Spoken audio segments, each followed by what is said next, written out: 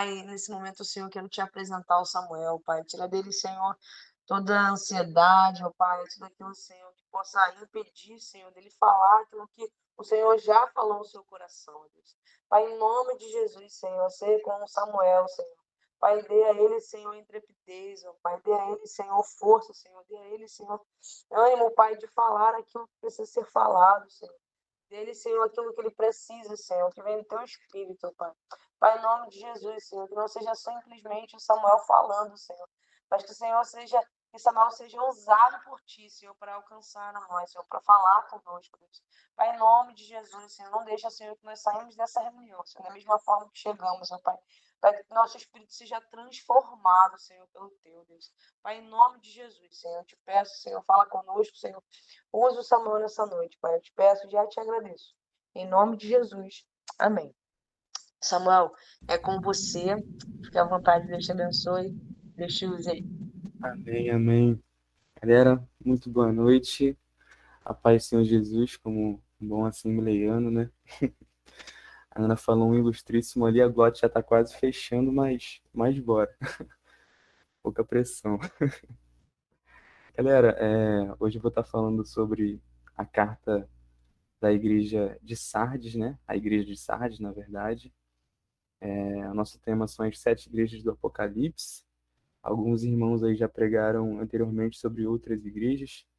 E eu vou estar lendo sobre essa igreja, essa carta que Jesus fala para João escrever, né?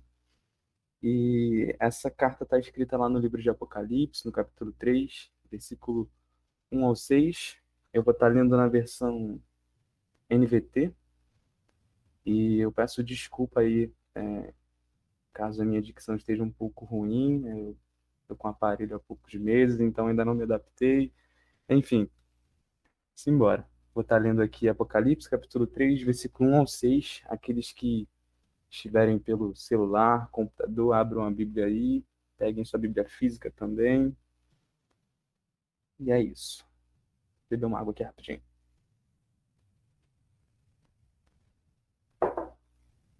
Está escrito assim, Apocalipse 3, versículo 1 ao 6.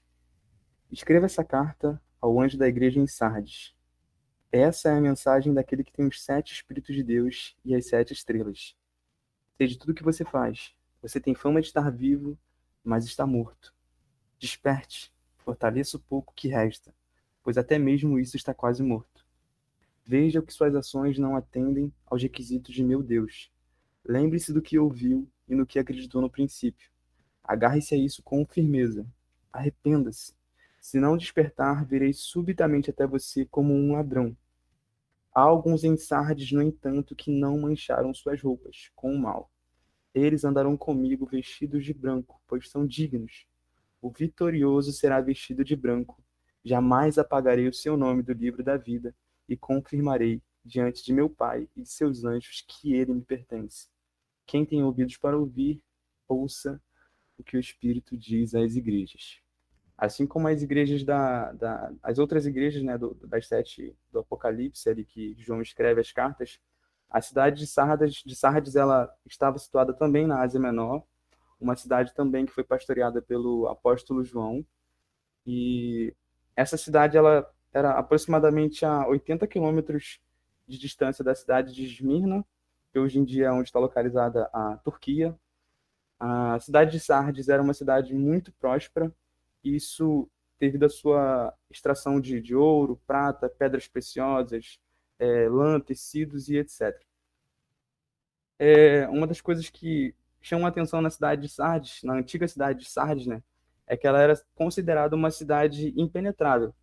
E alguns pesquisadores afirmam que essa cidade ela ficava no alto de uma colina, ela era totalmente cheia de muralhas, né, totalmente fortificada, e ela tinha também uma acrópole fortificada.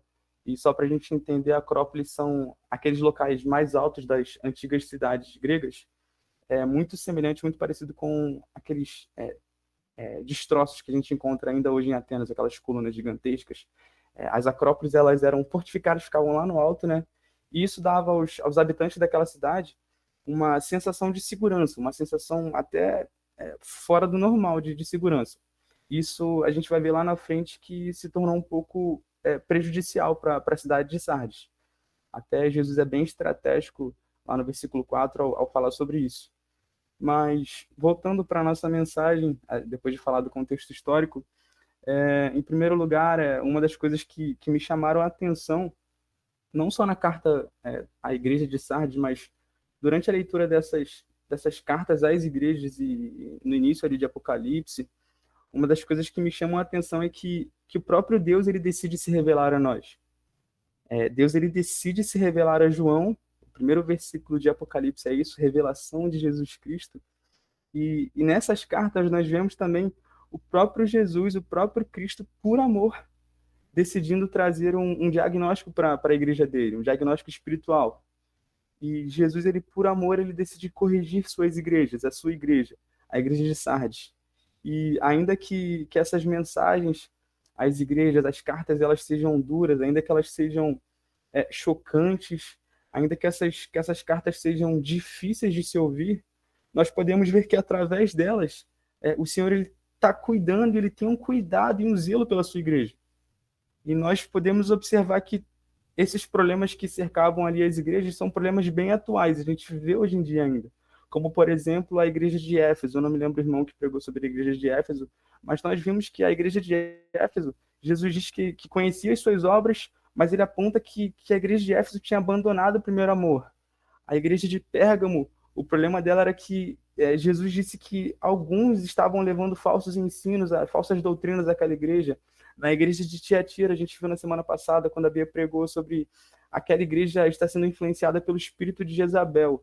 E daqui a algumas semanas, eu não sei se vai ser o Diego ou o Gabriel que vai pregar sobre a igreja de Laodiceia, nós vimos que a igreja de Laodiceia, Jesus diz que eles eram mornos e que estava a ponto de vomitá-los da sua boca. E mesmo com todos esses problemas nas igrejas, mesmo com todos esses problemas, todas essas falhas, Jesus ele sempre aponta uma solução. Jesus ele sempre dá um norte, sempre fala, ó, vocês precisam proceder dessa forma. Vocês estão com isso, isso, isso, mas cara, faça dessa forma. Jesus ele sempre dá uma direção, sempre ele mostra como deve proceder, como a igreja deveria proceder, e isso tudo por amor, sabe? E por isso eu aprendo cara, com isso eu aprendo que nós devemos ser gratos. Nós devemos ser gratos pela correção do Senhor, nós devemos ser gratos pela repreensão, porque essa repreensão e essa correção, elas representam o amor de Deus para com a sua igreja. Elas representam o amor de Deus para conosco, elas representam o amor de Deus para com cada um de nós, sabe, de forma individual. Eu tenho um amigo, a Bia conhece, que ele diz muito, Jesus ama isso. E nós podemos tirar dessas cartas que Jesus ele ama os seus filhos. Jesus ele ama a sua igreja. Jesus ele ama as suas igrejas. E mais à frente a gente vai ver na carta à igreja de Laodiceia o que Jesus ele deixa ali registrado, lá no versículo 19, no mesmo capítulo mesmo, no capítulo 3, Jesus diz assim para a igreja de Laodiceia: repreendo e disciplino aqueles que eu amo, por isso seja diligente e arrependa-se. O que eu quero trazer para nós é que nós venhamos amar, cara, amar a repreensão do Senhor, amar o fato de Jesus ele se importar conosco, ainda que as mensagens sejam duras, como eu falei anteriormente, ainda que essas mensagens quebrem o nosso orgulho, quebrem-nos totalmente, nós precisamos amar a correção do Senhor. Nós precisamos amar a disciplina do Senhor e nos permitir ser moldados por ela, nos permitir ser moldados por essa correção. E apesar dessas cartas elas serem um pouco antigas, assim, escritas há 2000 anos, lá para as igrejas da Ásia Menor, nós podemos pegar esses ensinamentos e aplicá-los nos nossos dias. Isso é muito claro. Até porque o apóstolo Paulo escreve a Timóteo que toda a escritura é apta para correção e ensino. E voltando para o nosso texto, Apocalipse capítulo 3, versículo 1, Jesus diz assim para João: escreva essa carta ao anjo da igreja em Sardes. Essa é a mensagem daquele que tem os 7 Espíritos de Deus e as 7 estrelas. Sei de tudo que você faz. Você tem fama de estar vivo, mas está morto. Esse é o versículo 1 de Apocalipse. E Jesus ele se apresenta de uma forma. E uma das coisas que eu até conversei com a Bia e peguei da pregação da Bia, que me chamou muita atenção, é que Jesus ele sempre se apresenta nas cartas ali às igrejas como algo relacionado ao que pode solucionar o problema de cada igreja, sabe? E nessa carta, Jesus ele se apresenta como aquele que possui os 7 Espíritos de Deus. E na linguagem do Apocalipse, nós vemos que esse número 7 ele representa, ele indica, né, a completude. E essa expressão, os 7 Espíritos de Deus, ele traz uma referência à plenitude do Espírito Santo. E parando para pensar nisso, quem pode trazer? Quem pode trazer arrependimento? Quem pode trazer vida para quem sofreu morte espiritual? Somente o Espírito Santo. E Jesus ele é muito estratégico, ele se apresenta como aquele que pode fazer isso. Eu sou aquele que possui os 7 Espíritos de Deus, chamando a responsa. E continuando, Jesus ele diz, né, eu sou aquele que possui os 7 Espíritos de Deus e sei tudo que você faz. Em algumas outras versões, eu conheço as tuas obras. E se a gente for parar para pensar, realmente o Senhor ele sempre sabe o que nós fazemos. O Senhor ele sempre sabe o que nós pensamos. O Senhor ele sempre sabe e saberá quais são as intenções do nosso coração. E nós precisamos nos lembrar disso diariamente, porque parece que às vezes a gente esquece, sabe, de questões básicas, de questões simples, como a onisciência de Deus, a onipresença de Deus, o fato de Deus ele ser onipotente. Nós nos esquecemos muitas das vezes que nada fica oculto. Deus ele tudo vê, Deus ele tudo sabe, Deus ele tudo ouve. Tem até uma música do Leonardo Gonçalves com essa frase. Mas é isso, cara, nada fica oculto ao Senhor. E a grande verdade é que muitas das vezes a gente se comporta como ateus até, porque a gente comete vários pecados, mesmo sabendo que Deus está vendo, mas a gente ignora, mano. Ignora totalmente a existência de Deus. Parece que Deus não existe. A gente cai em diversos pecados, diversas falhas, faz e acontece, ignorando a existência de Deus. Nós precisamos lembrar que Deus ele sempre sabe tudo que a gente faz. Deus ele conhece o nosso coração.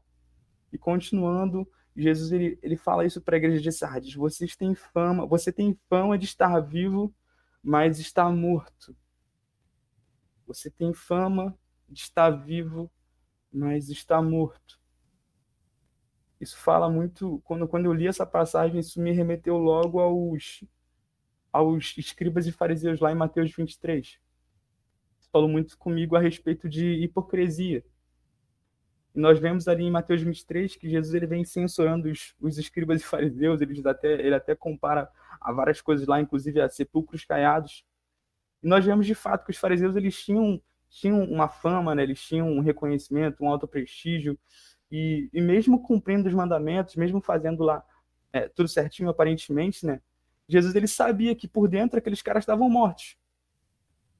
E trazendo para os dias atuais, muitos se encontram nesse mesmo estado. Aparentemente estão vivos, aparentemente são pessoas amáveis, aparentemente são devotos do Senhor, aparentemente são honestos, são gentis, parecem ser bons líderes, parecem ser bons músicos, parecem ser bons diáconos e obreiros, parecem, externamente falando, serem bons pastores, e trazendo para a gente, muitas das vezes a gente parece até ser bons cristãos, a gente parece até ser cristão.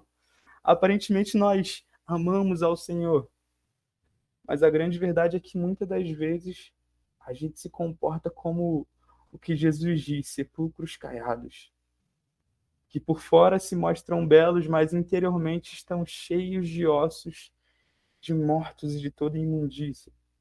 Por fora são lindos, belos e maravilhosos, mas por dentro está tudo podre. E isso a gente tem visto que as redes sociais elas trazem uma influência e reflete isso também na nossa vida, no nosso modo de pensar e agir. As redes sociais e o mundo, né, na atualidade, eles nos influenciam a nós sermos o que nós não somos muitas das vezes. A gente quer parecer ser uma coisa, viver uma aparência, mostrar ser algo que não somos. E muitas das vezes isso faz com que a gente perca a nossa identidade, faz com que a gente viva de hipocrisia, faz com que a gente aparente ser algo, mas não é. E muitas das vezes, por conta disso, nós deixamos de ouvir a voz do Pai. Nós deixamos de ouvir a voz do Senhor. Nós deixamos de ouvir Ele falar por meio da sua palavra. Nós deixamos de ouvir Ele falar através das pessoas também que nos cercam. Nós deixamos de ouvir a voz do Senhor. Nós acaba que a gente começa a dar ouvido somente para o mundo. E o que o Senhor ele continua dizendo àquela igreja de Sardes, eles deveriam fazer versículo 2, desperte. Fortaleça o pouco que resta, pois até mesmo isso está quase morto. Vejo que suas ações não atendem aos requisitos de meu Deus. Só beber uma água, galera.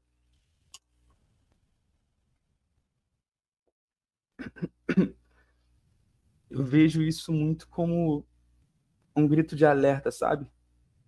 Um grito de alguém assim sacudindo uma pessoa e dizendo: desperta! Ei, desperta! Desperta! Fortaleça o pouco que ainda resta, mano. Esse de verdade é um grito de Jesus para sua igreja: desperte! Desperte! E eu fui procurar no dicionário o significado de despertar é fazer sair ou sair do sono. É sair do estado de dormente, é acordar, é despertar. E é exatamente isso, esse é o momento de nós despertarmos, esse é o momento e a hora de nós acordarmos, de nós sairmos da sonolência, de nós sairmos do estado de dormência. É hora de nós despertarmos, é hora de nós acordarmos e fortalecermos aquilo que resta ainda, aquele pouquinho que resta, reacender a chama. Assim como o apóstolo Paulo diz lá à igreja de Tessalônica: não apaguem o espírito. Reacenda, cara, a chama do espírito hoje. Volte a colocar lenha sobre o altar.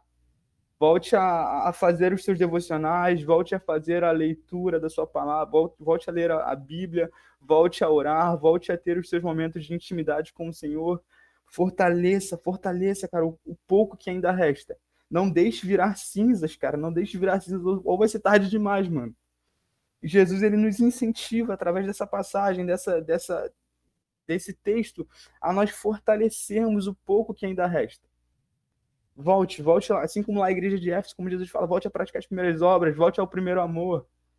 Faça com excelência aquilo que ainda resta. Mano. Reacenda a chama. Faça isso, cara. E continuando a passagem, versículo 3, lembre-se do que você ouviu, lembre-se do que ouviu e no que acreditou no princípio. Agarre-se a isso com firmeza. Arrependa-se. Se não despertar, virei subitamente até você como um ladrão. Lembra-te, lembra-te, lembre-se, lembre-se. Lembre-se de tudo que você já ouviu, lembre-se de tudo que você acreditou no princípio. Lembre-se do que você já experimentou, que nós nessa noite viemos nos lembrar de tudo aquilo que nós já vivemos no Senhor, de todas aquelas palavras que rasgaram os nossos corações, de todas as mensagens e sermões que nós ouvimos e que nos fizeram amar mais o Senhor. Se lembre disso, cara. Se lembre daquilo que você ouviu. Se lembre dos ensinamentos que você teve. Se lembre dos momentos de intimidade com o Senhor, daqueles momentos a sós que você não queria sair da presença de Deus. Se lembre. E eu vejo que a lembrança ela é um elemento fundamental na adoração bíblica, né? No nosso relacionamento com Deus, no relacionamento da aliança com Deus. Isso desde o Antigo Testamento, desde lá de Êxodo, a gente vê isso, quando Deus ele diz para que Moisés institua a Páscoa, a primeira Páscoa lá em Êxodo, capítulo 12, versículo 14 a 24. Ele fala: ei, faz isso e aquilo para que vocês se lembrem de quando eu tirei vocês do Egito. Se lembrem. Deus institui a Páscoa e até hoje a gente celebra também a Páscoa para se lembrar da ceia do Senhor, para se lembrar do que Cristo fez por nós. Então nós vemos claramente que lembrar é importante e é fundamental no nosso relacionamento com Deus. Trazer a memória. E é muito necessário nós trazermos à memória tudo aquilo que Jesus fez por nós, tudo aquilo que o Senhor ele fez por nós e em nós. Traga a memória, cara. Traga a memória. Comece a se lembrar. Traga a memória os livramentos do Senhor na sua vida. Traga a memória as bênçãos que Ele te deu. Traga a memória, principalmente, a transformação que o Evangelho gerou em você, que o Evangelho gerou em nós. Traga a memória aquilo que lhe traz esperança, como está escrito lá em Lamentações. Traga a memória aquilo que lhe traz esperança. A nossa expectativa, cara, precisa estar em Jesus. Os nossos olhos precisam estar voltados em Jesus. Nós precisamos nos lembrar de Jesus. Nós precisamos nos lembrar do sacrifício dele. Nós devemos, em todo tempo, olhar para o Senhor, olhar para a cruz, se lembrar do que Deus ele fez por nós, do preço que foi pago, da graça não merecida, do favor não merecido, do preço que foi pago, de onde ele tirou a gente, de onde ele livrou a gente. E eu quero encher vocês agora de versículos, cara, para que vocês se lembrem, para que vocês se lembrem de verdade. E eu gostaria de começar lendo: nele temos a redenção, por meio do seu sangue, o perdão dos pecados, de acordo com as riquezas da graça de Deus, a qual ele derramou sobre nós com toda a sabedoria e entendimento. Uma outra passagem: pois ele nos resgatou do domínio das trevas e nos transportou para o reino do seu Filho amado, em quem temos a redenção, a saber, o perdão dos pecados. E se lembre, pois ele nos resgatou do domínio das trevas. Ele nos transportou para o reino do seu Filho amado, em que temos a redenção. Se lembre disso, a saber, o perdão dos pecados. Se lembre que todos pecaram e separados foram da glória de Deus. Todos pecaram e destituídos foram da glória de Deus, sendo justificados gratuitamente por sua graça, por meio da redenção que há em Cristo Jesus. Se lembre que Deus, ele demonstra o seu amor para conosco quando Cristo morreu por nós, sendo nós ainda pecadores. Louvado seja o Senhor, o Deus de Israel, porque visitou e redimiu o seu povo. Se lembre que verdadeiramente ele tomou sobre si as nossas enfermidades e as nossas dores levou sobre si. E nós o reputávamos por aflito, ferido de Deus e oprimido. Mas ele foi ferido por causa das nossas transgressões e moído por causa das nossas iniquidades. O castigo que nos traz a paz estava sobre ele, pela sua pisadura nós fomos sarados. Se lembre, cara, de João 3,16, porque Deus tanto amou o mundo que deu o seu Filho unigênito, para que todo que nele crê não pereça, mas tenha vida eterna. Se lembre disso, cara. Se lembre do que você ouviu de Jesus. Se lembre do que foi feito. Lembre do que você acreditou no princípio. E arrependa-se. Arrependa-se, mano. Se arrependa. Se arrependa, assim como Tiago escreve lá no capítulo 4, no versículo 8, versículo 10. Versículo 8 ao 10. Aproximem-se de Deus, e ele se aproximará de vocês. Pecadores, limpem as mãos, e vocês que têm a mente dividida, purifiquem o coração. Entristeçam-se, lamentem e chorem.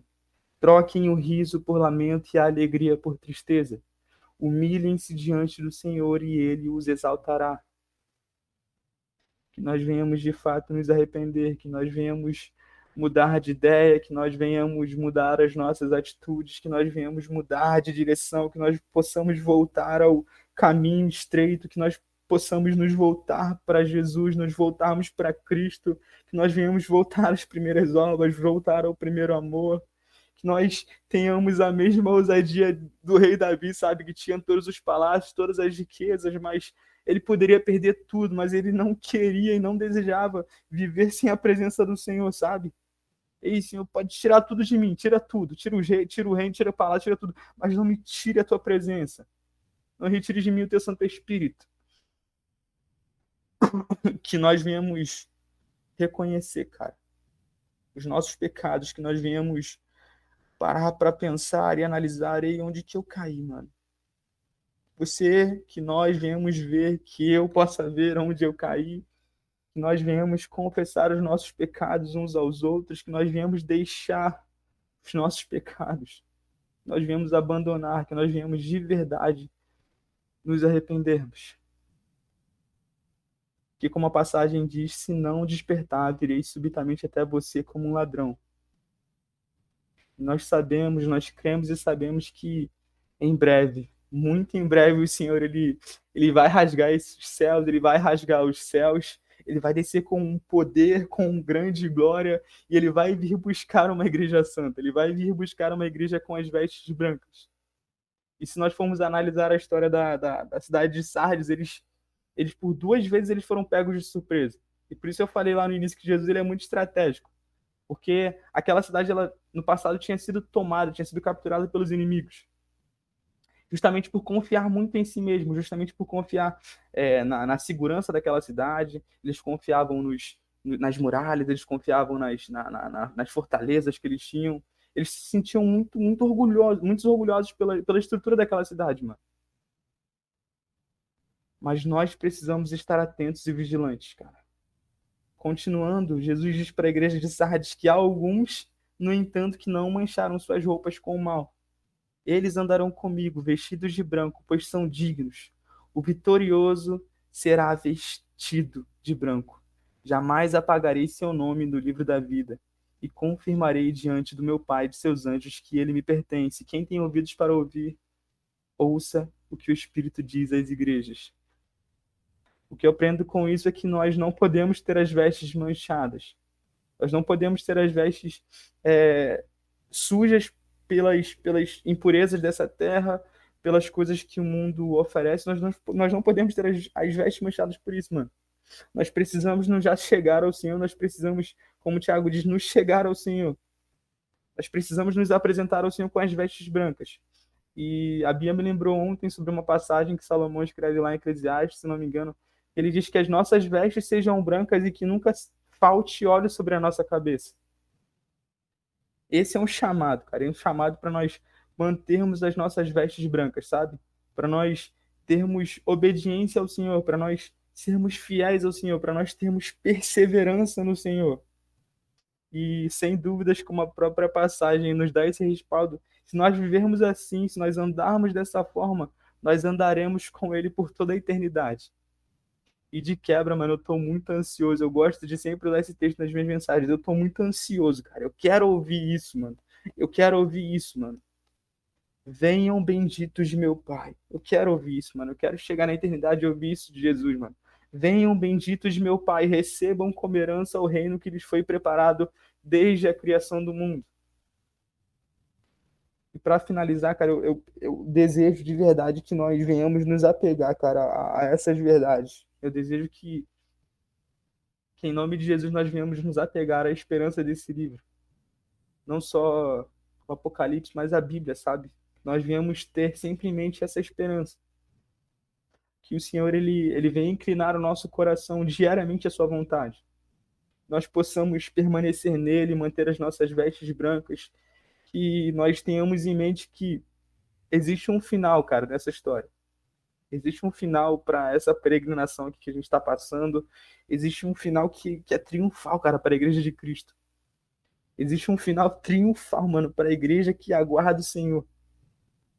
Que nós, assim como Jesus finaliza, nós tenhamos ouvidos atentos. Que nós possamos permanecer com os ouvidos atentos ao que o Senhor ele tem para falar conosco, ao que o Senhor ele quer e deseja falar conosco. Nós venhamos amar ao Senhor sobre todas as coisas. Que esse seja o desejo do nosso coração.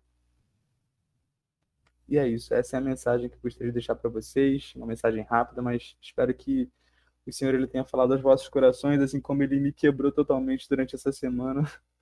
E é isso. Amém, galera.